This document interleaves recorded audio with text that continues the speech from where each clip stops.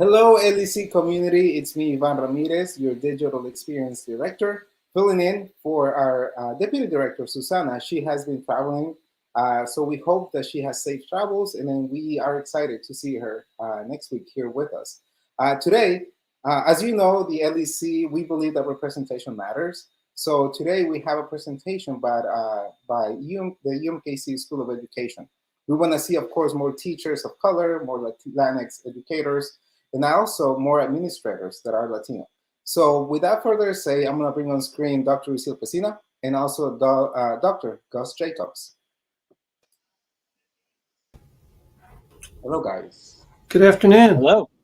Thank you for being here with us. I'm going to leave and be in the background, but I'm sure that our community is excited to hear from you all and what UMKC has to offer. All right.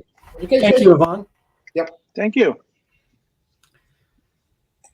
Today on this discussion, we're going to be talking about the UMKC Plus program. That's Pathways to Leadership in Urban Schools. So Dr. Pecina and I are going to kind of talk through this. We think this is the future of administrative preparation for schools. Go ahead to the next slide, Yvonne. This is a little bit about the program. I'm going to jump right in it, and there's going to be an opportunity to ask questions as we move along and also at the end. I'm going to talk about the Plus program as far as what it consists of, and then Dr. Pecina is going to talk about the graduate program that's connected with it. But we think this is the answer to preparing for tomorrow's school, preparing principals. The program results in either a master's or a specialist degree, and by that I mean if you already have a master's in an area like curriculum and instruction, then your specialist degree would be in school administration. If you don't have a master's, then this program would result in the master's, and Uzziel will talk about that.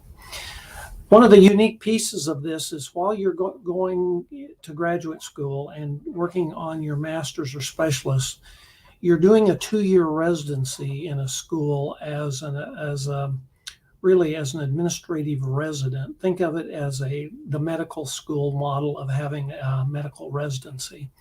This is a school administrator residency where you actually are working as a school administrator. In addition to that, we provide, meaning UMKC provides a leadership coach that visits the resident twice a month throughout the 2 years, and that's an important part of it. And it results in the certification as a school principal at the elementary, middle, or high school. Next slide, please. So this is what the residency consists of, and I mentioned this. You become a resident in a host school. A number of our residents work as instructional coaches, and then they share that time with doing administrative work. Some of our residents, we have data coordinators, we have dean of students. So they're working in various positions in their school, but they're really under the supervision of the school principal. But the requirement is that their time is flexible, so they have time to do administrative work.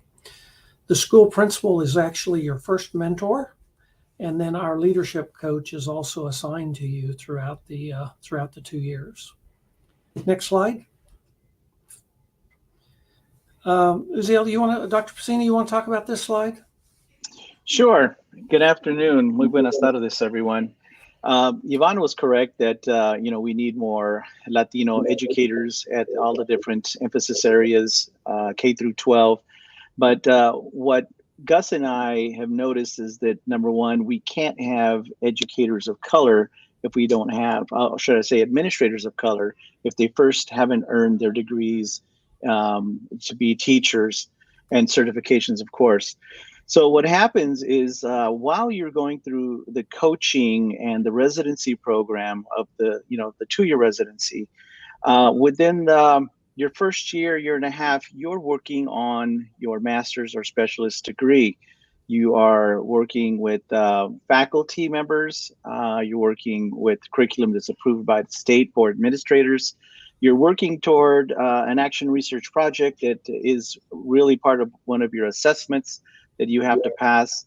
And we prepare the candidates to pass both the content exam and a performance assessment in order to be a certified administrator, K through 12 in the state of Missouri. It's a cohort environment. We bring in candidates who work with each other for the next 2 years, really, while you're going through the residency and the coaching, as well as the PD that goes on throughout this time. And we wind up hopefully culminating in within the first year the graduation, the earning of the degree, and also the certification at the same times.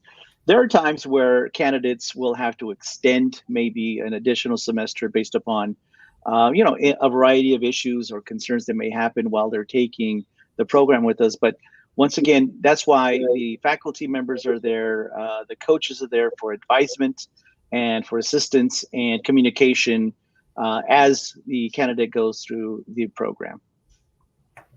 Okay. Next, please. I just want to say that both Dr. Pecina and I will certainly attest to the fact that most leadership programs, or all of them that we know about in the past, didn't have this residency piece. And when you get your first principalship, you're just not ready for the role. And we believe by giving candidates 2 years of experience, it really, really helps. So part of the cohort experience that Uzziel was talking about is the professional development that goes along with the program. I've talked about the leadership coach, talked about the principal mentor, but the program starts the first summer with a 3-week summer institute, the first summer of the program, where you meet with your cohort during that time, and the leadership coaches lead that for additional professional development, or initial professional development, I should say. In addition to that, throughout the program, there are full-day monthly meetings where you're released from your school, and you normally meet here at UMKC with the leadership coaches for additional professional development beyond the professional development you get through your normal classes. Next slide. So we see these as the advantages to UMKC Plus over normal programs that other universities may have. One is the 2-year residency, where you're getting practical experience. The practical experience is invaluable. We can teach a lot in class, but we cannot teach practical experiences in class. You go through the program with a cohort, so you have individuals that you get to know, to collaborate with, to work with. And I will tell you, the result of that is a very high graduation rate. We have a very good track record on that. You get on-the-job training in instructional leadership and administration, and you also get a dedicated leadership coach that not only visits your school a couple times a month, but they're available to you whenever you want them to call them, to text them, to email with them, to Zoom with them, whatever, and they're very, very helpful. Gus, there's a question about, are there grants available? Yeah. My first answer to that would be not for this specifically, but there is the opportunity for student loans. We have a number of our graduate students that are take out students' loans to pay for the tuition that's involved with this. There's no additional charges beyond what a normal graduate student would pay for at UMKC. We provide the leadership coach and the professional development in addition to the classes, but that's added at no additional cost. There are local scholarships, the Hispanic Scholarship Fund, that it also is matched at UMKC. I know they provide opportunities for graduate students to apply. We do also have scholarships available at the School of Education for our graduate students. So those would be competitive scholarships, I think. You'd have to apply for it to get it. But yes. Yeah. Very good. Next slide. Applying is pretty easy. It's just like applying for any class that any program you would take at UMKC. There's the link. And following the filling out the application, you're involved in a couple of interview experiences. You go through an individual interview with someone on our team. Dr. Pecina and I are involved in that. And then on a Saturday, we bring, like last Saturday, we had 6 candidates in for their group interview, where they literally are interviewed as a group, meaning they're given a problem to work through as a group, and we observe how they work with each other, and they start to get to know their cohort that way. So that was really fun. And then successful candidates are invited into the program. The one thing I would add here is that one of the things that our candidates have to accomplish to be admitted to this program is to have a host school, where the school will host you as a resident. We help with that, but it's really the resident's responsibility to make that connection. And I'll have to say that now that we're 5 years into this program, we have a number of districts and schools that are pretty high on this program, and they have hosted, we have schools that have hosted at least one resident every year we've had the program. So a lot of our schools see it as a real win-win. Number one, I get a practicing administrator in the building, and this person is getting their administrative degree. And during the time you're going through this, you're normally paid at the rate of a teacher, but the earnings will increase afterwards, certainly. Gus, is there an age limit?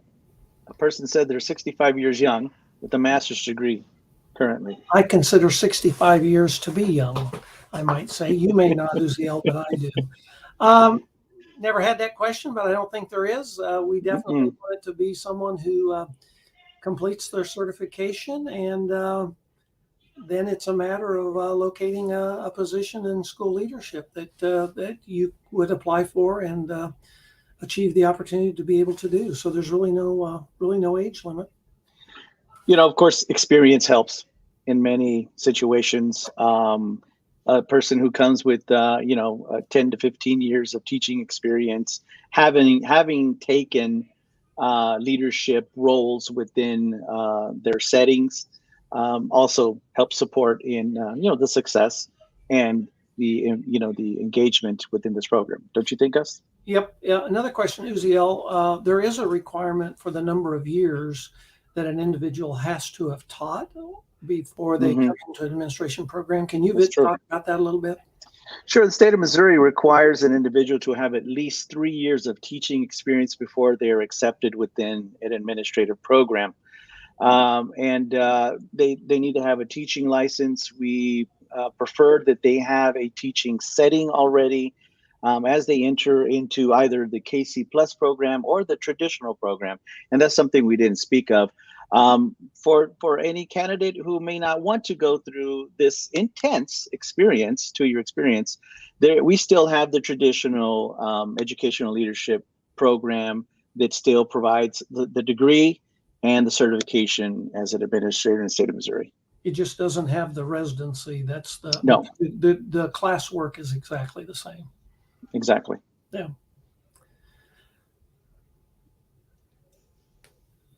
Just a little advertisement about KC Plus and UMKC. We're training skilled school leaders who can lead strong schools and make Kansas City proud. And we're very clear here at UMKC. We're preparing leaders for our urban schools.